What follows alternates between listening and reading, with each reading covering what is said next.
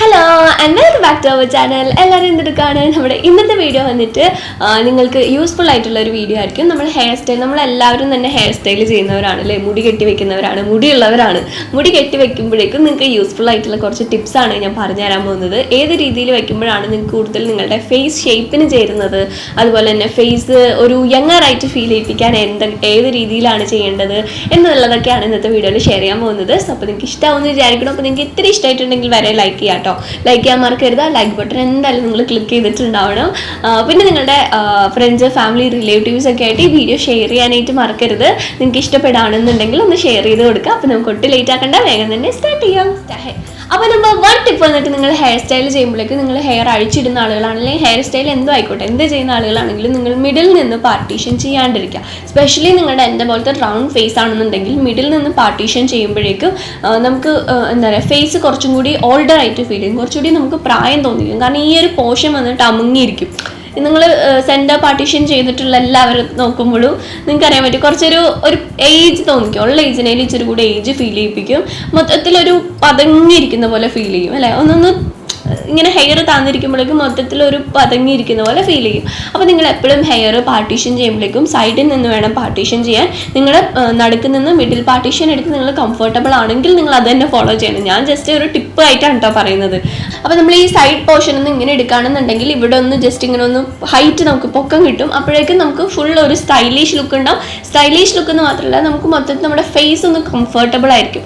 സ്പെഷ്യലായിട്ട് നിങ്ങളുടെ round face ആണെങ്കിൽ, എൻ്റെ റൗണ്ട് ഫേസ് ആയതുകൊണ്ടാട്ടോ ഞാൻ റൗണ്ട് ഫേസ് ആണെങ്കിൽ എടുത്തെടുത്ത് പറയുന്നത്. നിങ്ങളുടെ റൗണ്ട് ഫേസ് ആണെങ്കിൽ നിങ്ങളുടെ ഈ ഒരു ഫേസ് ഇങ്ങനെ കട്ട് ചെയ്ത് കിട്ടും. നമ്മൾ സൈഡ് പാർട്ടീഷൻ ചെയ്യുകയാണെന്നുണ്ടെങ്കിൽ ഇവിടെ പൊങ്ങുന്നത് കൊണ്ട് തന്നെ നമുക്ക് ഇവിടെ നിന്ന് നമ്മുടെ ഫേസ് കാൽക്കുലേറ്റ് ചെയ്യാൻ തുടങ്ങും. നമുക്ക് ഇവിടെ നിന്നല്ല, ഇവിടെ നിന്ന് വരുമ്പോൾ നമുക്കിപ്പോൾ ഭയങ്കര റൗണ്ട് ആണെങ്കിൽ ഇവിടെ ഒന്ന് പൊങ്ങി നിൽക്കുമ്പോൾ അതും കൂടി ചേർത്ത് നമ്മുടെ ഫേസ് ഒന്ന് ഓവലിലോട്ടുള്ള പോലെ നമുക്ക് ഫീൽ ചെയ്യിപ്പിക്കും. അപ്പോൾ നിങ്ങൾ ഇതൊന്ന് ട്രൈ ചെയ്ത് നോക്കാം കേട്ടോ. നിങ്ങൾ മിഡിൽ പാർട്ടീഷൻ എടുക്കണവരാണെങ്കിൽ സൈഡ് പാർട്ടീഷൻ ഇട്ട് നോക്കാം, നല്ല ഡിഫറൻസ് ഉണ്ടാവും. ഇനി രണ്ടാമത്തെ ടിപ്പ് വന്നിട്ട്, നിങ്ങളുടെ റൗണ്ട് ഫേസ് ആണെന്നുണ്ടെങ്കിൽ നിങ്ങൾ മുടി ബാക്കിൽ ഇപ്പോൾ കെട്ടി വെക്കാം. നിങ്ങൾ പോണിറ്റെയിൽ കെട്ടാണ്, ബണ്ണ് കെട്ടാണ്, എന്ത് ഹെയർ സ്റ്റൈലും ബാക്കിലോട്ട് എടുത്ത് കെട്ടുന്ന ഹെയർ സ്റ്റൈൽ നിങ്ങൾ ട്രൈ ചെയ്യുകയാണെന്നുണ്ടെങ്കിൽ കുറച്ച് മുടി നമ്മുടെ ഫ്രണ്ടിൽ നിന്ന് ഇടാം. ഫ്രണ്ടിൽ നിന്ന് ഇടുമ്പോഴേക്ക് നമ്മുടെ ഈ ഒരു ഫേസ് കട്ടാവണ പോലെ ഇടണം കേട്ടോ. അതായത് ഇതിനേക്കാട്ടിലും കുറച്ചും കൂടി നീളത്തിലുള്ള മുടി വേണം അങ്ങനെ ഫ്രണ്ടിലോട്ട് എടുത്തിടാൻ.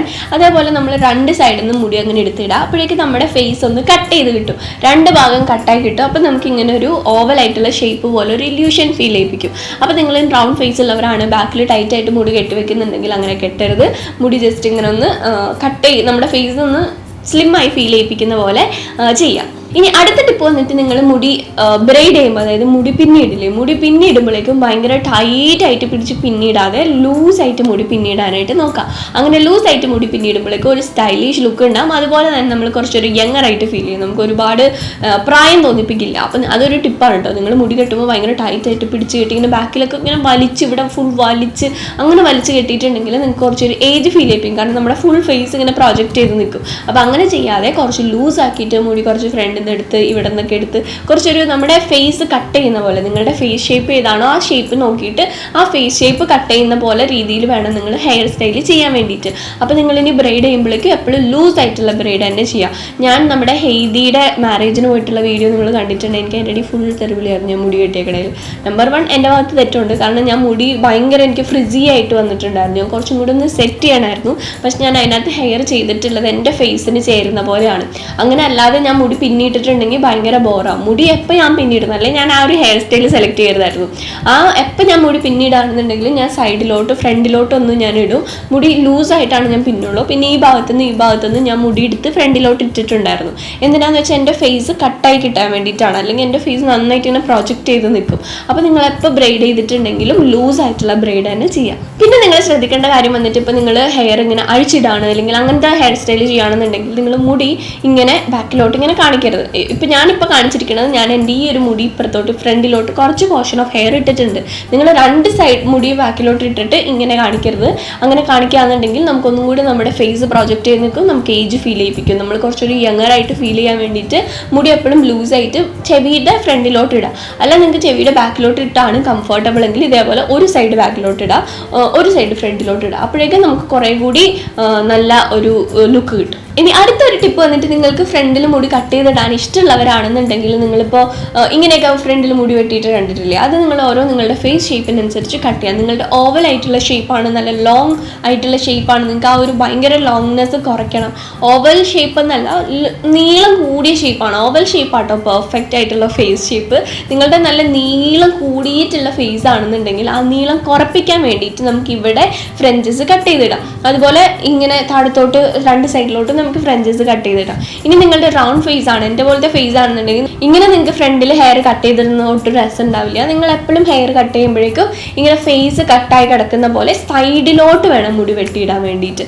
ഇങ്ങനെ രണ്ട് പോർഷനും ഇങ്ങനെ കട്ട് ചെയ്ത് പോകുന്ന രീതിയിൽ വേണം നിങ്ങൾ മുടി ഫ്രണ്ടിൽ വെട്ടാൻ വേണ്ടിയിട്ട്. അല്ലാതെ ഇപ്പോൾ ഒരു ഫിലിം സ്റ്റാർ ഇങ്ങനെ മുടി വെട്ടി കണ്ടു അപ്പോൾ നമുക്കും അതേപോലെ വെട്ടാന്നല്ല. അവരുടെ ഫേസ് ഷേപ്പ് ഏതാണോ, നമ്മുടെ ഫേസ് ഷേപ്പ് ഏതാണോ നമ്മൾ നോക്കിയിട്ട് വേണം കട്ട് ചെയ്യാൻ. അല്ലാതെ അവർക്ക് അങ്ങനെ കട്ട് ചെയ്തിട്ടുണ്ടെങ്കിൽ ചിലപ്പോൾ അവർക്ക് രസം ഉണ്ടാവും, നമുക്ക് ആ ഒരു രസം ഉണ്ടാവില്ല. അപ്പോൾ നമ്മുടെ ഫേസ് ഷേപ്പ് ഏതാണോ അതിനനുസരിച്ചിട്ട് വേണം നമ്മൾ ഹെയർ എപ്പോഴും ഫ്രണ്ടിലൊക്കെ കട്ട് ചെയ്തിടുമ്പോൾ ഇടാൻ വേണ്ടിയിട്ട്. ഇനി അടുത്തൊരു ടിപ്പ് വന്നിട്ട്, നിങ്ങൾ എപ്പോൾ ഹെയർ സ്റ്റൈൽ ചെയ്യുകയാണെന്നുണ്ടെങ്കിലും നിങ്ങളുടെ ഇത് കൂടുതൽ യൂസ്ഫുൾ റൗണ്ട് ഫേസ് ഉള്ളവർക്കാണ് കേട്ടോ. നിങ്ങളുടെ റൗണ്ട് ഫേസ് ആണെങ്കിൽ നിങ്ങൾ എപ്പോൾ ഹെയർ സ്റ്റൈൽ ചെയ്യുമ്പോഴും ബാക്കിലോട്ട് മുടിയിട്ടിട്ടുള്ള ഹെയർ സ്റ്റൈലിനെക്കാട്ടിലും കൂടുതൽ ഭംഗി ഉണ്ടാകുന്നത് ഇങ്ങനെ ഫ്രണ്ടിലോട്ട് ഇട്ടിട്ടുള്ള. അപ്പോൾ നിങ്ങൾ ബണ്ണിടാണെങ്കിൽ സൈഡിലോട്ട് ഫ്രണ്ടിലോട്ട് കാണുന്ന ബണ്ണ് ചെയ്യുക. ഇപ്പോൾ ബ്രെയ്ഡി ആണെങ്കിൽ അത് ഫ്രണ്ടിലോട്ട് ഇടുക, അഴിച്ചിരുന്ന മുടിയാണെങ്കിൽ അത് ഫ്രണ്ടിലോട്ട് ഇടുക.